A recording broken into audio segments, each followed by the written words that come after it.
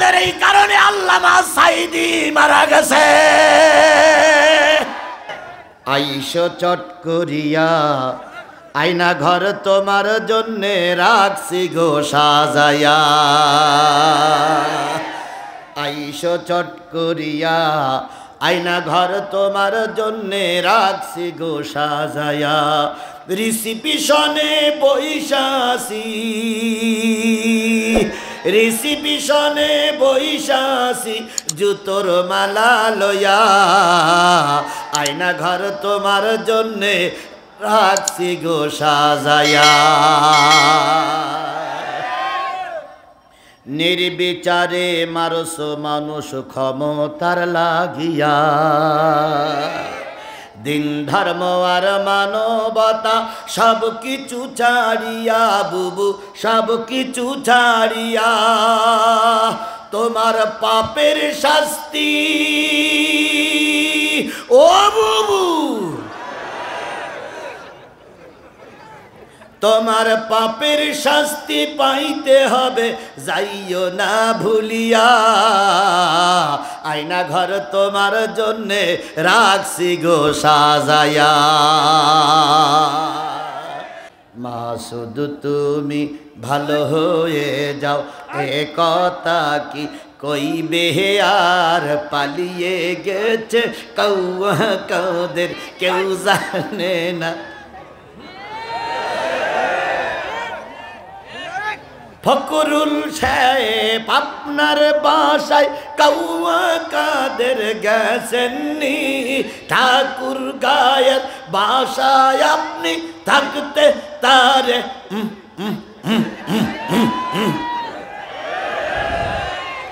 রক্ত দিয়েছি, জীবন দিয়েছি, জেল কেটেছি, মামলা কেটেছি, তবুও ময়দান থেকে পালাই যায় নাই। আর একতাড়াই গাই গরু চলে গেল, আর বাচ্চারা এখন হাম্বা হাম্বা করতে সব দাঁত খুলিয়ে ফেলবো একদম। 15 বছর কই পারেনি এ কথাটা বলা ভুল, কারণ আজিজুল ইসলাম জিহাদির মুখ ওরা জীবনেও বন্ধ করতে পারেনি। সোহেল ভাই সাক্ষী, কত মাহফিল থেকে যে পালাই যেতে হয়েছে তার কোনো ঠিক ঠিকানা নেই। কত মাহফিলে স্টেজে উঠতে দেয়নি, কথা বলেন ঠিক নেবে ঠিক। তারপরও ময়দানে আমি ছিলাম না। বাস আলহামদুলিল্লাহ, এইটাই আল্লাহ যেন আমাদের কবুল করে।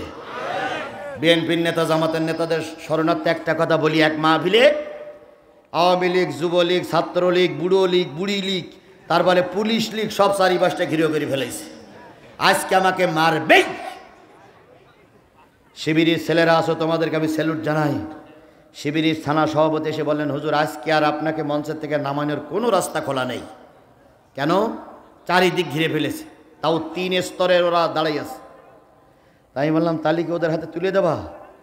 কই দেখি, আরও কিছু ছাত্রদের সংবাদ দিছে, আসুক দেখি। আশপাশে সবাই ফোন করেছি যে তোমরা এসো, হুজুর আজকে মহাবিপদে। তোরা আসতেছে। আসার পরে ওরা কি যুক্তি পরামর্শ করলে আমি ওদের স্যালুট জানাই, আল্লাহ তোমাদের পরে রহমত করুক। ওরা কি পরামর্শ করলো? ওরা ছোট একটা চিরকুট লিখলো, হুজুর মোনাজাত হাফ করবেন আপনি, আর দ্বিতীয় বক্তার মঞ্চে পাঠাইছি, বাকি হাফ দ্বিতীয় বক্তা করবে।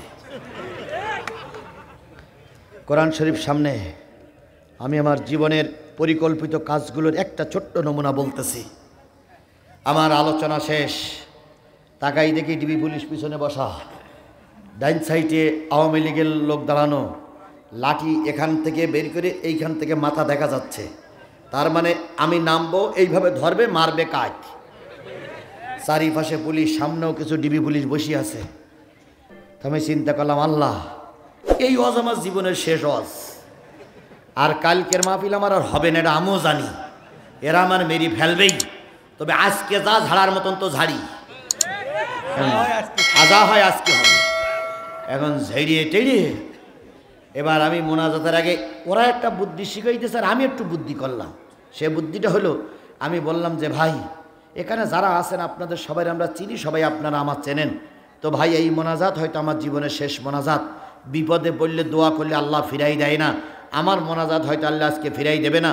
আপনাদের বাপ মা আত্মীয় স্বজন যারা বাড়ি আছে বা মারা গেছে, অথবা যারা বাড়ি রেখে বিদেশ থেকে এলাকায় আসছেন, তারা দয়া করে মোনাজাতের সময় চোখটা বন্ধ করে নরম দিলে আল্লাহরে ডাকবেন, আল্লাহ অবশ্যই আপনার ডাক ফিরাইয়ে দেবে না, আল্লাহ অবশ্যই কবুল করবে। তো শর্ত হইল চোখটা বন্ধ করে মোনাজাত করবেন। ঠিক আছে, তাই হইল। এবার মোনাজাত শুরু করলাম। রব্বানা যালামনা আনফুসানা ওয়া ইল্লাম তাগফির লানা ওয়া তারহামনা লানাকুনান্না মিনাল খুব মায়াবী সুরে, কারণ জানি এটা আমার শেষ মোনাজাত, ওরাও জানে আজকে হুজুরি শেষ। রব্বিরহামহুমা হুমা বলে টান দে, দ্বিতীয় হুজুরির বললাম শুরু করেন। উনি বলতেছে কামা রাব্বায়ানি সগীরা। আয় আল্লাহ, অনেক কষ্টের পরে মাহফিলটা বাস্তবায়ন হলো। এখানে আওয়ামী লীগের লোক, বিএনপির লোক, জামাতের লোক আছে, আল্লাহ সবাইকে মাফ করিয়া দাও। আমরা দেখতেছি সরকারি দলের লোক, প্রশাসনের লোক আছে, সবাইকে মাফ করে দাও। হুজুরির বলেছি মোনাজাত যেন একটু লম্বা হয়। হুজুর 15 মিনিট ধরে মোনাজাত করে লা ইলাহা ইল্লাল্লাহ বলে যেই না ছেড়ে দিয়েছে, চারিদিক থেকে সব এসে হুজুরির ধরিছে। কি ওয়াজ করলেন? আমি একটু ওয়াজ হইল না, সরকারের গোষ্ঠী উদ্ধারকে ফেলেন। চলেন, এসপি সাহেব আপনার ডেকেছে। তো হুজুর বলতেছে কারে কি বলতেছেন আপনি? তো বলতেছে আপনি সাতক্ষীরা জিহাদি হুজুর না? তো কে বলেছে জিহাদি হুজুর? শোনেন তো, আমি কি সেই লোক নাই? শোনেন তো, সবাইকে শোনেন। তো বলছে আপনি না 2 ঘন্টা ওয়াজ করলেন। তো ও লোক বলছে তো সে লোক আমি কি? শোনেন আপনার আওয়ামী লীগের ভাই, আপনারা না বলেন তো আমি কি সেই লোক? আওয়ামী লীগের লোক বাইক দিয়ে বলতে না স্যার এসে লোক না। তো তাহলে সে লোক গেল কই? কোরআন শরীফ সামনে নিয়ে বলতেছি ভাই আমার জীবনের এই ঘাত প্রতিঘাত পারিয়ে পর্যন্ত এসেছি। এরপরে ওনারা সবাই বলতে আপনি সে লোক না? কয় না। তো সে লোক গেল কই? তা ও লোক বলে তা জানি না, মোনাজাতের আগে আমি মোনাজাত ধরেছি, ও লোক যে কোথায় গেছে আল্লাহই ভালো জানে। যতক্ষণ আমি গাড়িতে না উঠেছি ততক্ষণ ওরা মোনাজাত শেষ করিনি ভাই। জাতি সচেতন, জাতি শক্তভাবে মোকাবেলা করেছে। কথা বলে ঠিক না বে ঠিক? আমরা আগামীতে ঐক্য থাকবো, কোনো অবস্থায় ওদেরকে আর আসতে দেওয়া হবে না। গেছাও গেছাও পালিয়ে গেছাও, এখন আবার ওখান পড়ে কোন কোন করতে চাও কেন? আমরা কি তোমার পালাই জাতি বলিলাম? তোমরা তো প্রায় বলতে খেলা হবে, তা আমরা মনে করলে ওটা খেলা করি, তো তোমরা পালাই গিলে কেন? ওরা সারা জীবন বলেছে না খেলা হবে, তা আমরা একটু খেলা করবো বলে আসলাম, আর অমনি পালাই চলে গেল। আসো না খেলা করি। ওরা পালাই যাক এটাকে আমরা চেয়েছিলাম? বিএনপি জামাত ওরা পালাই যাক এটা চাইনি। বিএনপি জামাত কি চেয়েছিল? সুষ্ঠু একটা নির্বাচন, গণতান্ত্রিক পদ্ধতি। কথা বলেন ঠিক না বে ঠিক? সবাই নির্বাচনে আসুক, আওয়ামী লীগ আসুক, জাতীয় পার্টি আসুক, জামাত আসুক, বিএনপি আসুক, সবাই সুষ্ঠু নির্বাচনের মাধ্যমে জনগণ যাদের ম্যান্ডেট দেবে তারাই সরকার গঠন করুক। আমরা তো ওদের পালাই যাওয়াটা চাইনি। এখন আল্লাহ রাব্বুল আলামিন বলল তোমরা চাচ্ছ নির্বাচন, আর ওদেরকে আমি চাচ্ছি দেশ ছাড়া করতে, কারণ ওদের কারণে হেফাজতের আলেমরা মাইর খেয়েছে, ওদের এই কারণে আল্লামা সাইদি মারা গেছে, ওদের কারণে তারেক জিয়া দেশে আসতে পারে না, ওদের কারণে 3 বারের প্রধানমন্ত্রী খালেদা জিয়াকে ক্যান্টনমেন্টের বাড়ি থেকে ঘাড় ধাক্কা দিয়ে ওরা বের করে দিয়েছে। এক মায়ের চোখে পানি ঝরেছে, আর এক মা আনন্দ করতে পারে না।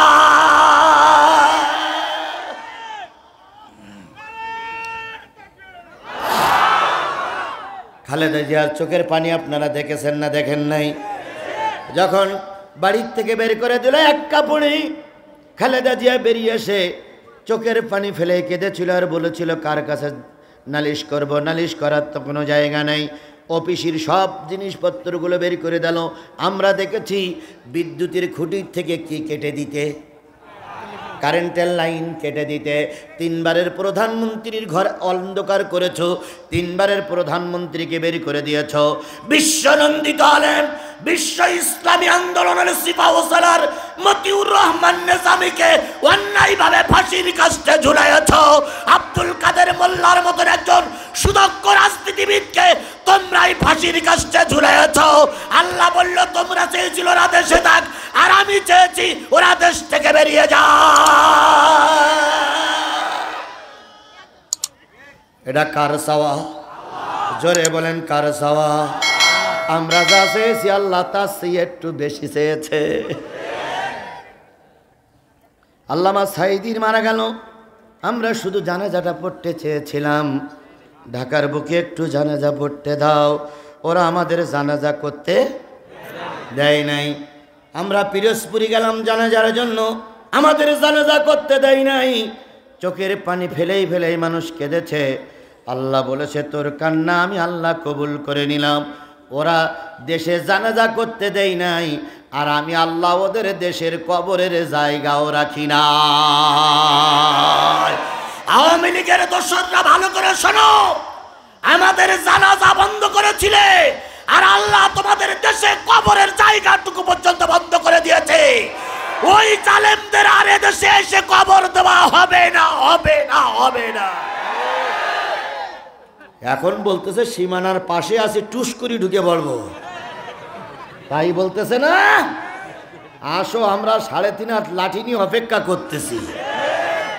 আইসো চট করিয়া, আয়না ঘর তোমার জন্যে রাখছি গো সাজায়া। আইসো চট করিয়া, আয়না ঘর তোমার জন্যে রাখছি গো সাজায়া। রিসিপিশনে বৈশাসি, রিসিপিশনে বৈশাসি, জুতোর মালা লয়া। আয়না ঘর তোমার জন্যে রাখছি গো সাজায়া। নির্বিচারে মারস মানুষ ক্ষমতার লাগিয়া। দিন ধর্ম আর মানবতা সব কিছু ছাড়িয়া, বুবু সব কিছু ছাড়িয়া। তোমার পাপের শাস্তি ও বুবু, তোমার পাপের শাস্তি পাইতে হবে, যাইও না ভুলিয়া। আয়না ঘর তোমার জন্যে রাখছি গো সাজায়া। তাহলে 3টা আয়াত যখন নাজিল হলো, রসুল তখন মদিনার কি? এই আয়াত 3টে নাজিলের সময়কাল ছিল। অহুদের ময়দান থেকে রসুল কেবল ফিরে এসেছেন। অহুদের ময়দানে মুসলমান শহীদ হলো কয়জন? 70 জন। আহত হলো কয়জন? 70 জনের বেশি। এমন কোন মদিনায় ঘর ছিল না যেই ঘরের কেউ মারা যায় নাই অথবা আহত হয় নাই। প্রত্যেকটা ঘরে নারী আর পুরুষ সন্ধ্যার পর কাঁদতেছে। কেউ বলতেছে বাবা মারা গেছে, কেউ বলতেছে স্বামী মারা গেছে, কেউ বলতেছে স্বামীর পা নাই, কেউ বলতেছে চোখ নাই, কেউ বলতেছে কান নাই। ওই যুদ্ধে আমার নবী বড় আহত হয়েছিল রে ভাই। ওই যুদ্ধে আল্লাহর নবীর হেলমেট ভেঙে কড়া ভিতরে ঢুকে পড়েছিল। কাফেরদের অত্যাচারে দান মোবারক শহীদ হলো। ওই যুদ্ধে আল্লাহর নবী উহুদের গর্তের ভিতরে ভুট হয়ে পড়েছিলেন। হযরত ফাতেমা যখন শুনলেন বাবা মারা গেছে, ফাতেমা বলেন আমি চললাম ছুটে ছুটে, যেয়ে দেখি একটা গর্তের ভিতরে বাজান আমার পড়ে আছে। পা দুটো উপরের দিকে, মাথাটা নিচের দিকে পড়ে। নবী কাঁদতেছে, কে আছো? আমাকে রক্ষা করো, আমি যে নিচের দিকে পড়ে আছি। ও আমার জাতি, হযরত ফাতেমা সাইদকে ডাক দিলেন, হযরত ফাতেমা অন্যান্য সাহাবীদেরকে ডাক দিলেন, সাহাবীরা চলে গেল। এবার পা ধরে নবীকে উঁচু তোলা হলো, দেখা গেল এখনো তীরটা এখানে বিঁধে আছে। রসুলের দাঁত ভেঙে গেছে, রসুলের ঠোঁট কেটে গেছে, রসুল কথা বলতে পারছেন না।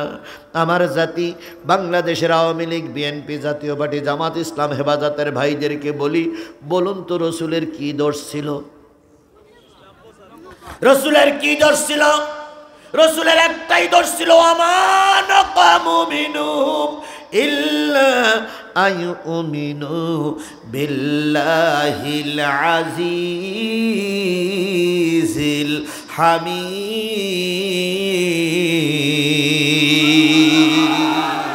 দোষ একটাই, আল্লাহ পাকের রসুল আল্লাহ পাকের একাছত্র মালিকের কথা বলতেন। কথা বলেন ঠিক না বেঠিক? আল্লাহর কথা বলতে যে রসুল দান মোবারক শহীদ হলো, ওহুদে ফুটে পড়ে থাকলো, নিজের রক্ত দিল। আর তুমি আর আমি উম্মত বলে দাবি করি, সেই কোরআনে আগুন লাগাই, সেই আলেমেরা মারি খায়, আর তোমাকে ময়দানে পাওয়া যায় না। তুমি রসুলের উম্মত হতে পারো না।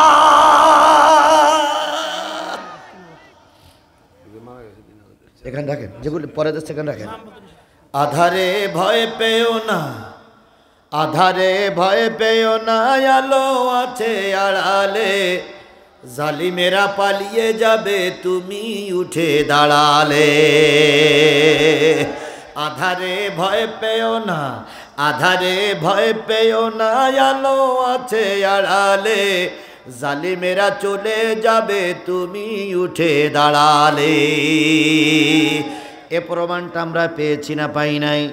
ডাইনে জামাত, বাই বিএনপি, সব রাজনৈতিক দলের নেতারা বসে আছে। কথা বলেন ঠিক না বেঠিক? জামাত ইসলাম, বিএনপি, বুকে হাত দিয়ে বলুন তো, এই যে দেশ স্বাধীন হয়েছে সেটা ওনাদের আন্দোলনের ফসল? বলতে পারবে না। আন্দোলন হয়েছে ঠিকই, যতবার জামাত বিএনপির লোক রাস্তায় নেমেছে ততগুলো মামলা খেতে হয়েছে, গুলি খেতে হয়েছে। কথা বলেন ঠিক না বেঠিক? এক পর্যায়ে জামাত বিএনপির নেতারা হাল ছেড়েই দিয়েছিল, এই ব্যক্তির বাচ্চা না মারা পর্যন্ত দেশে আর কিছুই করা যাবে না।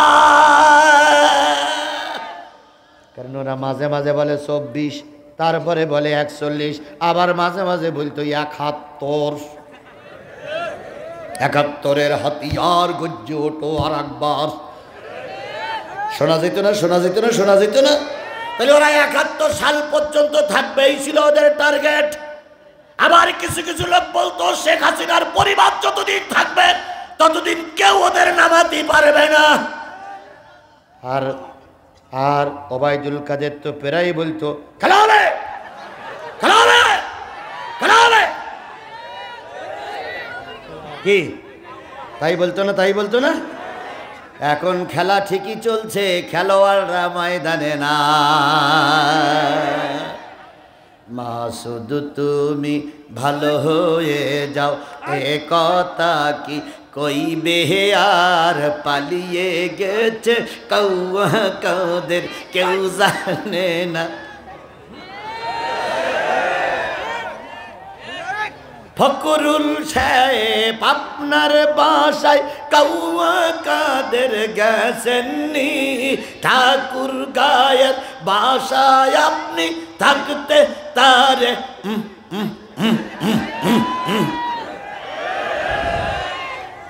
কে কে তার সাথে যে আছে বাকি আছে কোটি জনতার পালিয়ে গেছে কৌয়া কাদের কেউ জানে না খবর তার ভালো এ যা। এমন এমন বেফাস কথা বলতো, শুনলি পাত তলার থেকে মাথা পর্যন্ত জ্বলতো। কথা বলেন ঠিক না বেঠিক? তাহলে যখন আমরা সবাই হাল ছেড়ে দিলাম, আল্লাহ বলল তোমাদের চেষ্টা শেষ, এবার আমার রহমত শুরু। কিভাবে রহমত করলেন?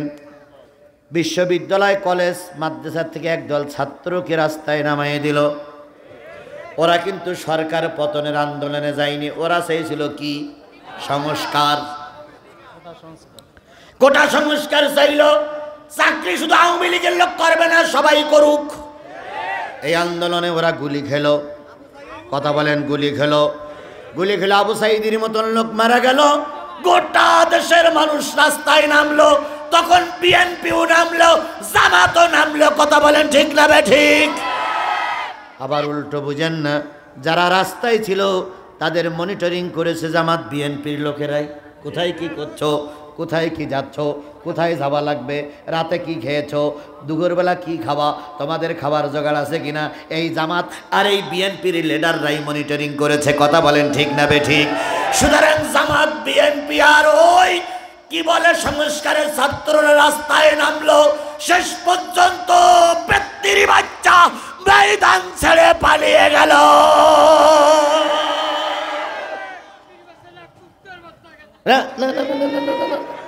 তাহলে ময়দান ছেড়ে ওরা পালাইয়ে গেছে, কথা বলেন ঠিক না ঠিক? আর একটু জোরে বলেন ঠিক না ঠিক? কোথায় আওয়ামী লীগ, কোথায় কাদের কাকা, কোথায় গেল ওই জালিমের গরম গরম কথা? কোথায় আওয়ামী লীগ, কোথায় কাদের কাকা, কোথায় গেল ওই জালিমের গরম গরম কথা? খেলা হবে, খেলা হবে, খেলা হবে বলে কাকা গেল পালাইয়া। আলহামদুলিল্লাহ, দেশ ছেড়ে পালাই শেখ হাসিনা পালাইছে হে দেশটা ছাড়িয়া। গাই গরু চলে গেছে, বাছুর ফেলাই রেখেছে, আম্মা চলে গেছে, সন্তানদের খোঁজ নেওয়ার সময় পাইনি, কথা বলেন ঠিক না ঠিক? এ মা নামের কলঙ্ক, এ মা নামের কলঙ্ক। তোমরা বলতে জাতির জননী, জাতির জননীরা জাতির একজন কুলাঙ্গার সন্তান। পৃথিবীর কোন ইতিহাস বলে না মা তার সন্তানকে বিপদে ফেলাই পালাই যায়, কথা বলেন ঠিক না ঠিক? তিনবারের খালেদা জিয়ার নামে অনেক মামলা হলো, ঘর ছাড়া করলো, ভাড়া বাড়িতে জীবন যাপন করলেন। এ দেশে থাকা অবস্থায় তার একটা সন্তান মারা গেল, তবুও তিনি দেশ ছেড়ে পালাইয়ে যান নাই কাপুরুষের মতো। মতিউর রহমান নিজামীর ফাঁসি হলো, আলী আহসান মোহাম্মদ মুজাহিদের ফাঁসি হলো, আব্দুল কাদের মোল্লার ফাঁসি হলো, আল্লামা সাইদির ওরা ইঞ্জেকশন দিয়ে মেরে দিল। অগণিত নেতা কর্মী আয়না ঘরে গুম হলো, তবু আমরা এক সেকেন্ডের জন্য ময়দান বাতিলদের কাছে ছেড়ে দেই নাই। রক্ত দিয়েছি, জীবন দিয়েছি, জেল কেটেছি, মামলা কেটেছি, তবুও ময়দান থেকে পালাই যায় নাই। আর এক তাড়াই গাই গরু চলে গেল, আর বাচ্চারা এখন হাম্বা হাম্বা করতে, সব দাঁত খুলিয়ে ফেলবো একদম।